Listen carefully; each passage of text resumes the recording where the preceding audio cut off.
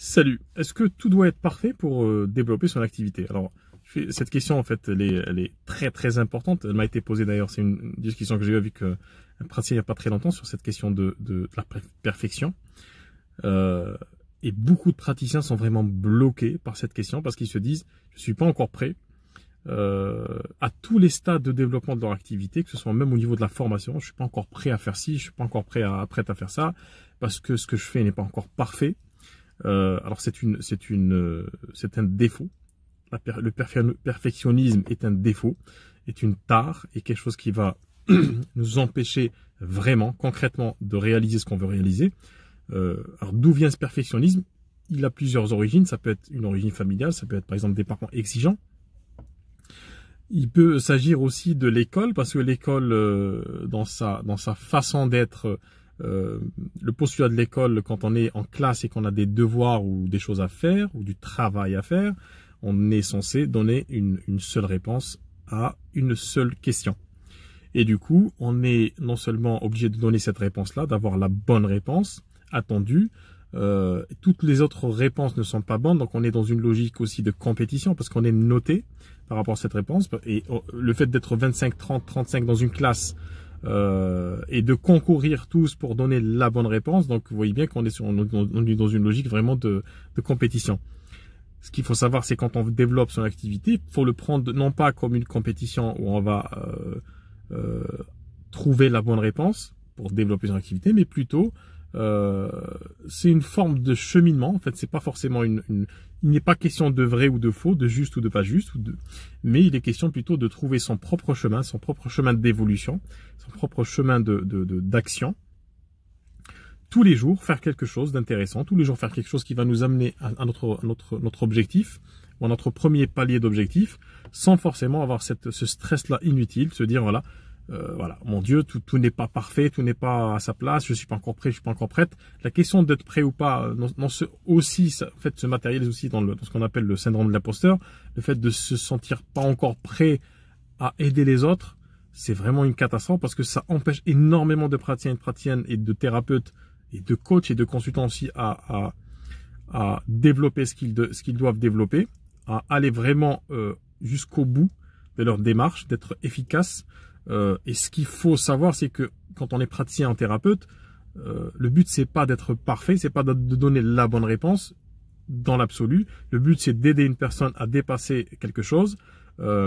Et parfois, ça se fait par palier, c'est-à-dire que même la consultation, quand une personne vient vous voir pour changer quelque chose dans sa vie, pour transformer quelque chose dans sa vie, elle ne cherche pas une révélation, elle ne cherche pas à changer radicalement sa vie, elle cherche juste à avancer dans sa vie, c'est-à-dire que il y a quelque chose qui la bloque, peut-être que c'est quelque chose qui est exclusif, peut-être c'est quelque chose qui est lié à d'autres choses qui viennent derrière, c'est-à-dire que dès qu'on arrive à transformer cette chose-là dans la vie de la personne, ce qui va arriver, c'est que il va y avoir un effet de domino, ce qui fait que il y a d'autres changements qui vont s'amorcer, mais vous n'êtes pas responsable de tous les changements qui doivent d'ailleurs arriver dans la vie de votre consultant, de votre client, de la personne que vous accompagnez, mais plutôt de poser votre brique dans cet édifice-là.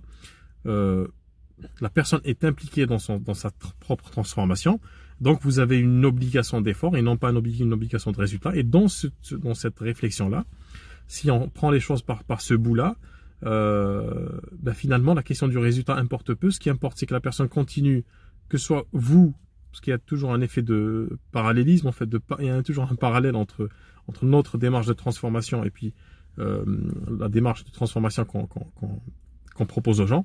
Donc le fait qu'il y ait justement qu'on soit tous en évolution, en fait, on n'est plus dans cette question du résultat. Et donc développer son activité, oui, il faut développer son activité pour aider le maximum de personnes et pour aussi s'aider soi-même, mais pas forcément avec la logique cette logique de l'école, de la course, du résultat, de la bonne note, etc. Donc, alors comment faire? Vous allez me dire comment faire pour rapidement arriver à dépasser ce perfectionnisme-là.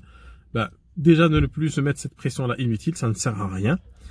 C'est même contre-productif, se dire que les gens ne vous attendent pas au tournant, forcément. En fait, ce qu'ils attendent de vous, c'est d'être, bien sûr, d'être formé, mais aussi d'être bienveillant. C'est ce que disait un praticien il n'y a pas longtemps, c'est que les personnes qui viennent voir un praticien ou un thérapeute Bien sûr qu'elles viennent pour régler un problème, mais elles viennent aussi surtout pour avoir de l'écoute, parce que peut-être que dans leur environnement, dans leur vie, il n'y a pas cette écoute-là.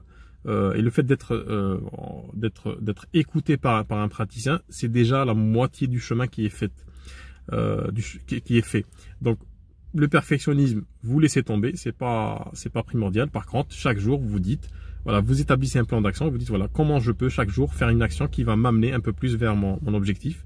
Et puis quand j'arrive à cet objectif-là, il faut pas trop idéaliser les objectifs, parce qu'ils peuvent changer, se dire, voilà, dans quelques semaines, quelques mois, pourquoi pas, partir sur un objectif un peu plus élevé.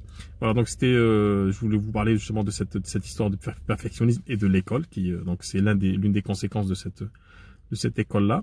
Alors n'oubliez pas que l'espace formation est encore disponible jusqu'au 31 mars. Vous avez 15 jours gratuits, donc vous accédez directement à l'espace formation et puis vous avez accès à toutes les formations.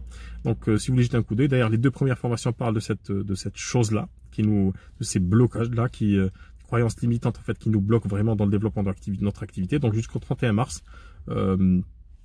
L'espace est offert pendant 15 jours. Donc laissez-moi en commentaire ce que vous pensez. Est-ce que vous êtes quelqu'un de perfectionniste? Est-ce que c'est quelque chose qui vous parle, qui fait écho dans votre vie? Est-ce que c'est quelque chose qui vous a empêché ou qui vous empêche aujourd'hui d'avancer, que ce soit dans le développement de votre activité, dans même l'activité en elle-même? Donc peut-être qu'il y a des choses que vous voulez faire mais que vous ne faites pas parce que vous dites je ne suis pas encore prête à faire ça, etc., etc. Donc laissez-moi ça en commentaire, ça m'intéresse d'avoir votre avis. Donc je vous dis à très bientôt et puis profitez de ce confinement justement pour réfléchir sur ces questions-là et puis pourquoi pas les régler. À bientôt.